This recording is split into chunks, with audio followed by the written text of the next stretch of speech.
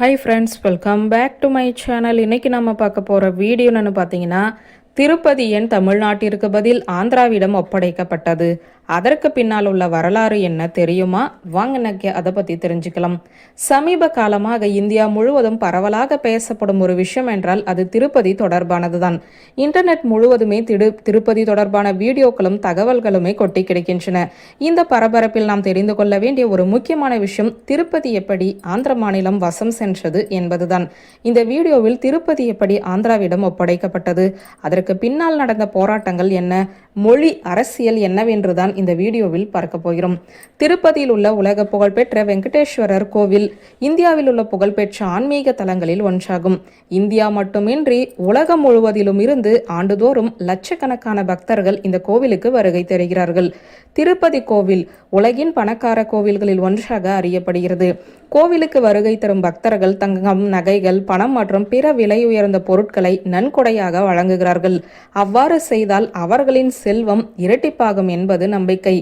பழங்கால தமிழ் கல்வெட்டுக்களை கொண்ட இந்த புகழ்பெற்ற கோவில் ஏன் ஆந்திராவில் உள்ளது?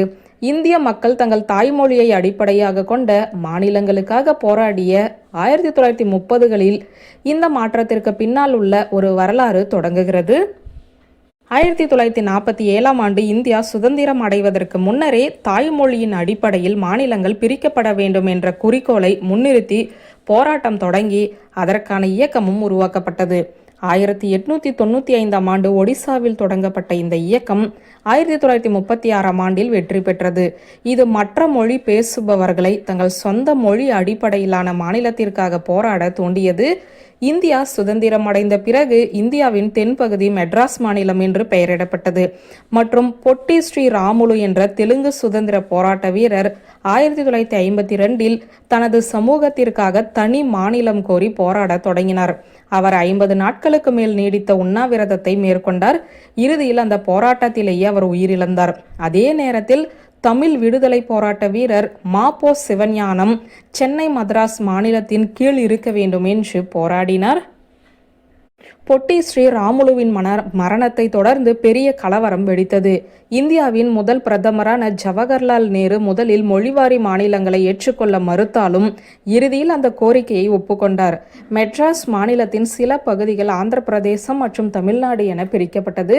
மேலும் கர்நாடகா, கேரளா போன்ற பிற மொழி அடிப்படையிலான மாநிலங்களும் அப்போது உருவாக்கப்பட்டன. ஆனால் சென்னையை ஆந்திராவில் சேர்க்க வேண்டும் என்ற பொட்டி ஸ்ரீ ராமுலுவின் கோரிக்கை நிராகரிக்கப்பட்டது. மாறாக திருப்பதி கோவில் மற்றும் காளஹஸ்தி கோவில் போன்ற புகழ்பெற்ற ஆன்மீக தலங்களை கொண்ட சித்தூர் ஆந்திர மாநிலத்தின் கீழ் வந்தது. இந்த முடிவுக்கு தமிழ்நாட்டைச் சேர்ந்த தலைவர்கள் கடும் எதிர்ப்பு தெரிவித்தார்கள். மேலும் ஆய்வு செய்து எல்லைகளை நிர்ணயம் செய்ய மாநில மறுசீரமைப்பு ஆணையமும் உருவாக்கப்பட்டது. இந்த ஆணையம் சித்தூரை சேர்ந்த பெரும் சமூகம், அதாவது தமிழ் அல்லது தெலுங்கு கருதப்பட மாட்டாது என்ற அளவுகோலை கொண்டு வந்தது. ஆனால் மாவட்டத்தில் எந்த சமூகத்தினர் அதிக நிலம் வைத்துள்ளனர் என்பதன் அடிப்படையில் முடிவு செய்யப்படும் என்று கூறியது. ஆணையம் திருத்தணி, வள்ளிமலை, திருவெங்காடு போன்ற இடங்களை தமிழ்நாட்டுடன் இணைத்து மீதமுள்ள திருப்பதி மலை உட்பட பகுதிகளை ஆந்திராவுடன் இணைத்தது. அதாவது சித்தூரில் பெரும்பான்மையான தெலுங்கு பேசும் மக்கள் இருந்ததால் இந்த முடிவு எடுக்கப்பட்டதாக ஆணையம் விளக்கமளித்தது. மாநிலங்கள் மறுசீரமைப்பு சட்டம் 1956இல் உருவாக்கப்பட்டது. அதனால்தான் உலக புகழ்பெற்ற திருப்பதி கோவில் தமிழகத்திற்கு பதில் ஆந்திராவிடம் சென்றது. வியூவர்ஸ், இந்த வீடியோ உங்களுக்கு பிடித்திருந்த லைக், கமெண்ட், ஷேர் பண்ணுங்க. நன்றி.